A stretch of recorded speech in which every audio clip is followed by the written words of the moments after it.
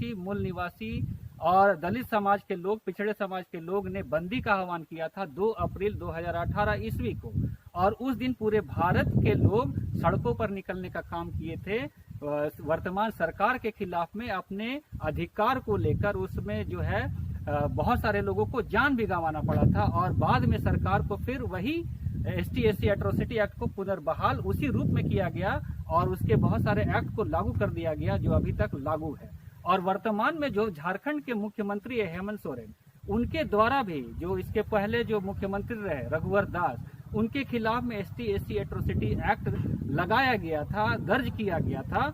तो उस कानून का फायदा उन्होंने इसलिए लिया क्योंकि वो जो कानून था उसको बहाल करना पड़ा था सरकार को लोगों के आंदोलन के बदौलत में। तो इसी आंदोलन को बढ़ाने का काम झारखंड में संजय महली जैसे शख्सियतों ने किया था। तो मैं बताना चाहता हूं कि संजय महली आदिवासी छात्र संघ के एक नेता हैं और 2 अप्रैल 2018 को इन्होंने भी झारखंड में अपने आवाज को बुलंदी पर उठाने का काम किया था, सड़कों पर निकलने का काम किया था और उस दौरान इन पर लाठियां चली थी और ये तमाम अखबारों में आया था और इनको जेल के सलाखों के पीछे भी जाना पड़ा था। तो आज हम आइए संजय महली का स्वागत करते हुए इनसे हम जानेंगे कि वो कैसे हालात थे और किन स्थितियों से इनको गुजरना पड़ा। तो बहुत बहुत जोहार, आपका स्वागत है।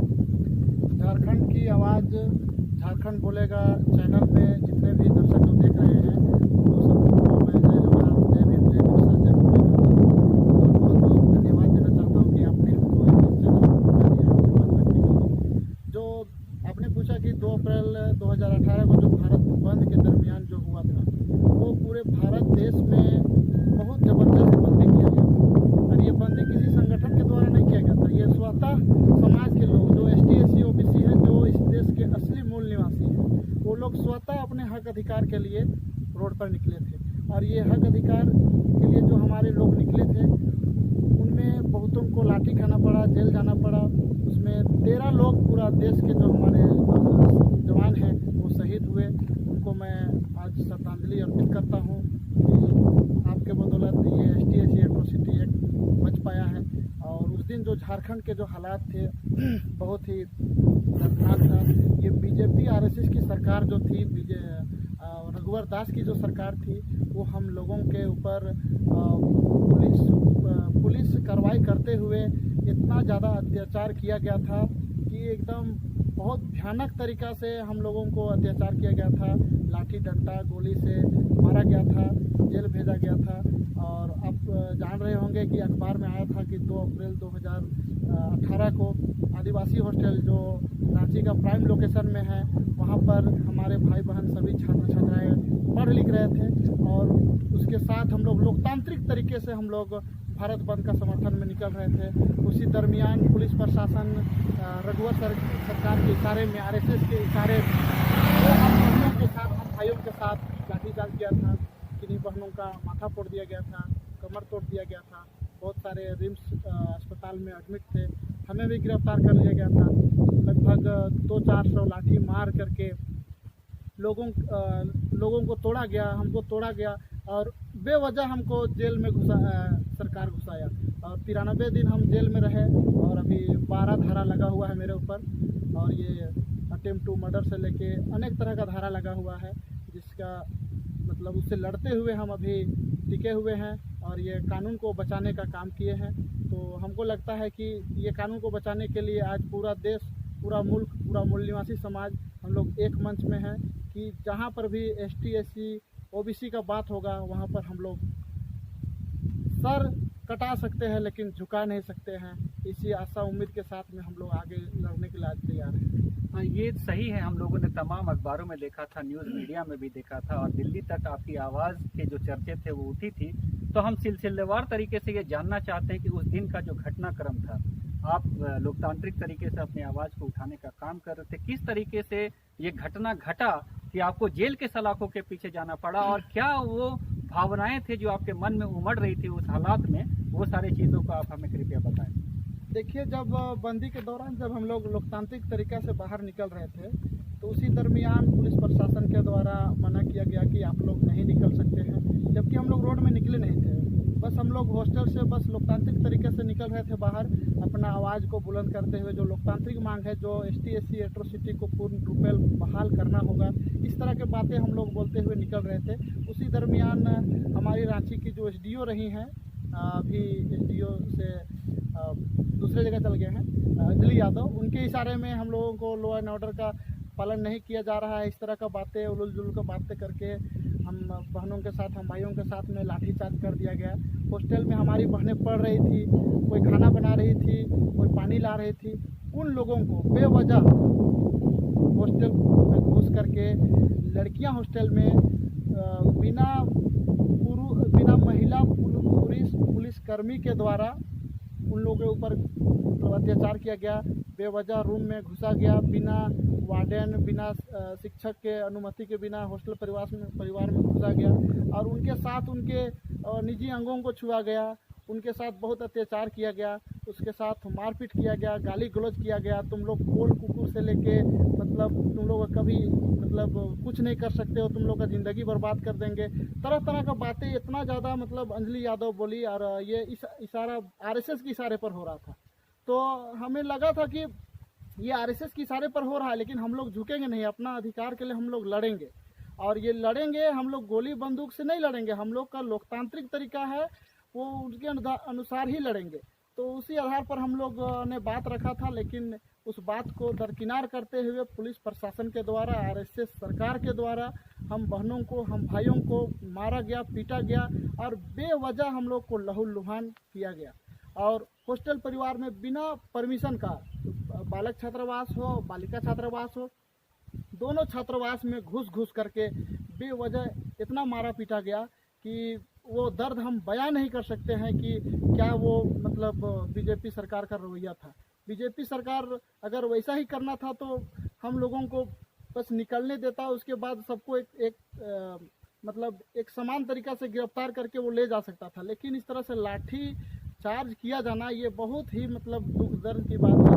और कहीं ना कहीं ये ऐसा मानसिकता को दर्शाता है कि इस देश में मनुस्मृति लागू करने का साजिश चल रहा है, या फिर RSS वादी, ब्राह्मणवादी विचारधारा के लोग इसी तरह से कर रहे हैं, ऐसा लगता है। लेकिन इसके खिलाफ हम लोग आंदोलन करेंगे और कर रहे हैं, कभी झुकेंगे नहीं इसके खिलाफ। तो उस दिन जो हालात हुआ था, उसके बाद तमाम सोशल मीडिया में आपके समर्थन में लोग आए थे और आपको जेल जाना पड़ा था और लोग बहुत आक्रोशित थे उस समय में, आपके जो घटना हुए थे हॉस्टल छात्रावास में, उसको लेकर। और फेसबुक और व्हाट्सएप और तमाम सोशल मीडिया में ऐसे तस्वीरें आई थी कि जो आदिवासी दलित महिलाएं थी, जो छात्राएं थे, उनके साथ जो है गलत बर्ताव किया गया था पुरुष पुलिसकर्मियों के द्वारा, उनके जो है गलत तरीके से किया गया था, जो कि तस्वीरों में स्पष्ट दिखता है। तो इन सारी चीजों को लेकर आप क्या कहना चाहते हैं? और लड़कियों के द्वारा भी जो सोशल मीडिया में जैसे हमें जानकारी मिल रही है, उन लोगों के द्वारा कहा गया था कि जबरदस्ती हॉस्टल में घुस के भी उनको मारा गया। तो इस विषय में आप क्या कहना चाहते हैं? उस दिन का अनुभव खास करके आज शायद आप कभी सोचे नहीं थे, चाहे आपके माँ बाप ने कभी नहीं सोचा होगा कि आपको जेल जाना पड़ेगा। तो उस समय की आपकी मनोअवस्था कैसी थी, किस स्थिति से आप गुजर रहे थे, आप अपने मन में क्या बात को सोच रहे थे, आप कृपया हमें बताइए।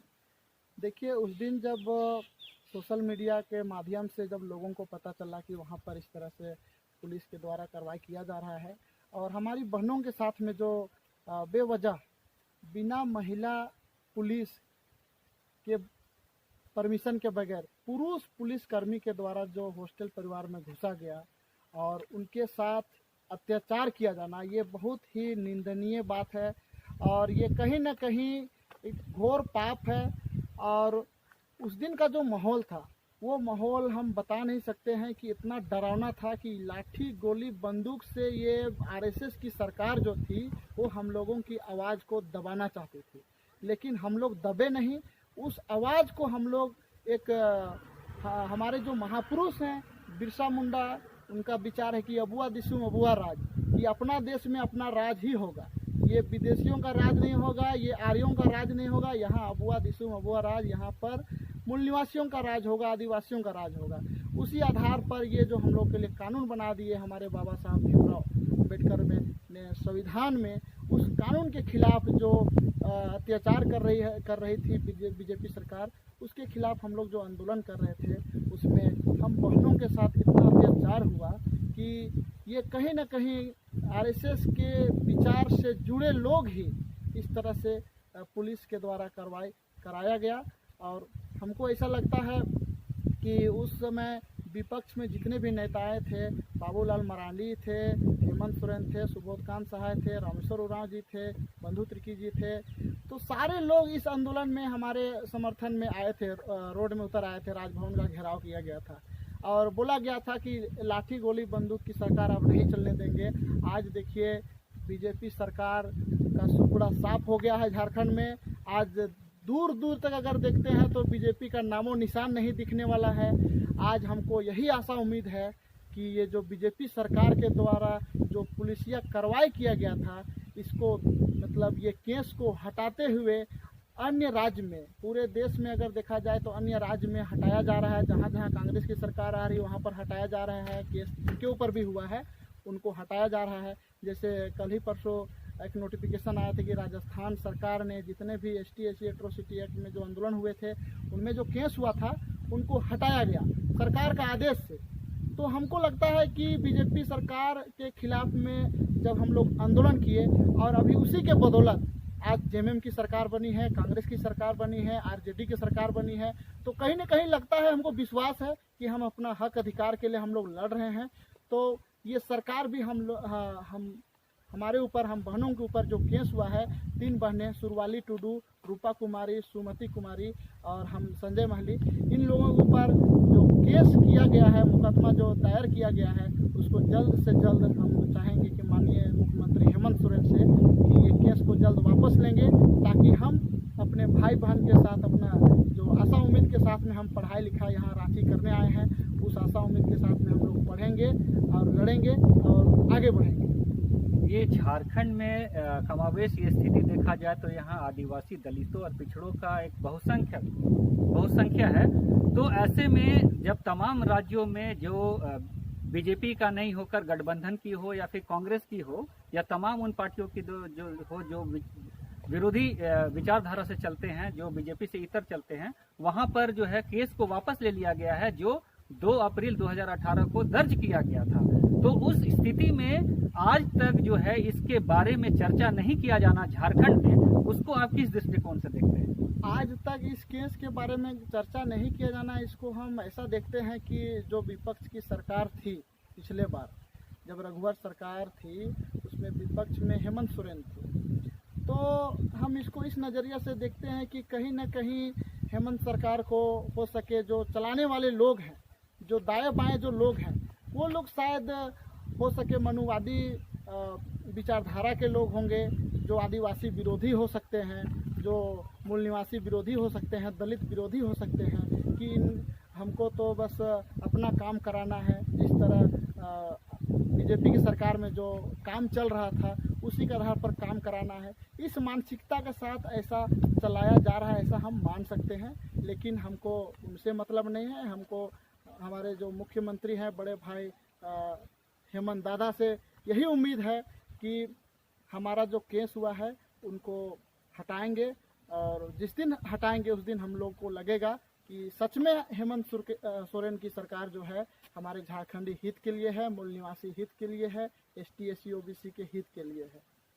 ये बात आपने सही कहा। और उस समय जो स्थिति जब बीजेपी के शासन की थी, उस समय जो हालात बने हुए थे, और जब भी बंदी के लिए छात्र छात्राएं सड़कों पर निकलने का प्रयास करते थे, उनको सड़कों पर उतरने नहीं दिया जाता था। उस परिस्थिति में आंदोलन को आगे बढ़ाने का काम संजय बहली जैसे लोगों के द्वारा किया गया था। और उस समय हम देखे थे कि जो 3 बहनें जो अपने अधिकार को लेकर निकलने का कोशिश भी कर रही थी, उनको निकलने भी नहीं दिया जा रहा था, उनको भी मारपीट किया गया था और सर में चोट भी लगी थी। तो उनकी जो मनोदशा थी, उनको जो है, एक बहन जो थी वो बंगाल से आकर यहाँ पे पढ़ाई कर रही है और अच्छी खासी छात्रा है, पढ़ाई के तरफ उनका रुचि है, उनकी जो स्थिति आज है वो स्थिति के दौर से जो गुजर रही है, कोर्ट में जो है हाजिरी लगाने का काम उनको बार बार करना पड़ता, तो कहीं ना कहीं अपने समाज के लिए आवाज उठाने के लिए उनको बहुत दर्द से गुजरना पड़ता है। तो इसके बारे में आप क्या कहना चाहेंगे, उन बहनों के बारे में आप क्या देखिए, हमारे साथ 3 बहनें हैं, रूपा कुमारी, सुरवाली टुडू और सुमति कुमारी। इन तीनों बहनें के ऊपर केस किया गया है। जो धारा मेरे ऊपर लगाया गया है वही धारा उनके ऊपर लगाया गया है। जबकि उन 3 बहनों को ये पुरुष पुलिस कर्मी के द्वारा पीटा जाना ये बहुत दर्दनाक घटना था। और उस आंदोलन में ये हमारी बहनें लोग कुछ भी नहीं किए थे, मात्र अपना लोकतांत्रिक तरीका से विरोध कर रहे थे। लेकिन पुरुष पुलिस कर्मी के द्वारा रूपा कुमारी का कमर तोड़ देना, फ्रैक्चर कर देना, सुरवाली का सर फोड़ देना और सुमति का भी सर फोड़ देना, इस तरह से जिनके जिनके ऊपर जो चोट लगा, पुलिस जिनके ऊपर लाठियां बरसाई, उन्हीं के ऊपर केस कर दिया गया। तो आज अगर उन लोगों का हालत देखते हैं, आज हमारी बहनों का शादी ब्याह भी नहीं हो रहा है उनके चलते। आज पढ़ाई लिखाई भी अवरुद्ध हो गया है। और अगर देखा जाए तो हमारे साथ में कोर्ट आती है। अब कोर्ट आती है, उसमें भी बोलती है कि हम लोग ने हक अधिकार के लिए लड़ाई लड़ा, लेकिन ये हक अधिकार हम लोग का बात नहीं सुना जा रहा है। इस तरह का बात दुख दर्द एकदम कोर्ट आते आते रोती है। आज हम लोगों को थाना में हाजिरी देना पड़ता है, 15 दिन में, महीना दिन में थाना में हाजिरी देना पड़ता है, कोर्ट में देना पड़ता है। तो कोई हम लोग आतंकवादी नहीं है, हम लोग पढ़ने वाले स्टूडेंट हैं और जो पढ़ेंगे वही न जानेंगे अपना हक अधिकार के बारे में। इसलिए हम लोग पढ़ते हैं, लिखते हैं, अपना हक अधिकार को जानते हैं। जहाँ पर शोषण अत्याचार होता है उनके खिलाफ हम लोग आंदोलन करते हैं। और वो ये गोली बारूद और बंदूक से नहीं करते हैं। हम लोग आंदोलन है कि लोकतांत्रिक तरीके से अपना मांग हम लोग सभी को मिल करके हम लोग लोकतांत्रिक तरीके से आंदोलन करते हैं। लेकिन उस आंदोलन को दबाने का काम ये पुलिस प्रशासन के द्वारा किया गया था। और ये पुलिस प्रशासन के साथ साथ ये जो सरकारें थी, आरएसएस की सरकार, उनके इशारों पर काम चल रहा था। आज हमारी बहनों को बहुत दिक्कत का सामना करना पड़ रहा है। आज लॉकडाउन के दरमियान कुछ दिन पहले कोर्ट में हाजिरी देने के लिए बुलाया जा रहा था, तो फ़ोन कर रहे हैं, उन लोग बोल रहे हैं कि लॉकडाउन है, नहीं जा पाएंगे, ये है वो है। उनके घर वाले भी सोचे होंगे कि हमारी बेटी बहन को हम जो पढ़ने लिखने के लिए भेजे, कि क्या पता था उनको कि हमारे बेटी के ऊपर केस होगा, मुकदमा होगा और इतना ज़्यादा शोषण अत्याचार सहना पड़ेगा, उनको भी मालूम नहीं था। लेकिन आज हमारी बहनें जो ST/SC एट्रोसिटी को जो ख़त्म किया जा रहा था, उनके खिलाफ में जो हमारे साथ आंदोलन की हैं, उनको मैं सल्यूट करना चाहता हूँ। मैं बार बार बधाई देना चाहता हूँ कि आप बहनों के बदौलत आज ये ST/SC एट्रोसिटी कानून सुरक्षित है। और इसके चलते आज पूरा झारखंड, पूरा देश, पूरा भारत देश को अगर देखा जाए तो ये कानून को हम लोग मजबूत किए हैं आंदोलन के बदौलत। और इस आंदोलन को हम लोग और आगे तक ले जाएंगे।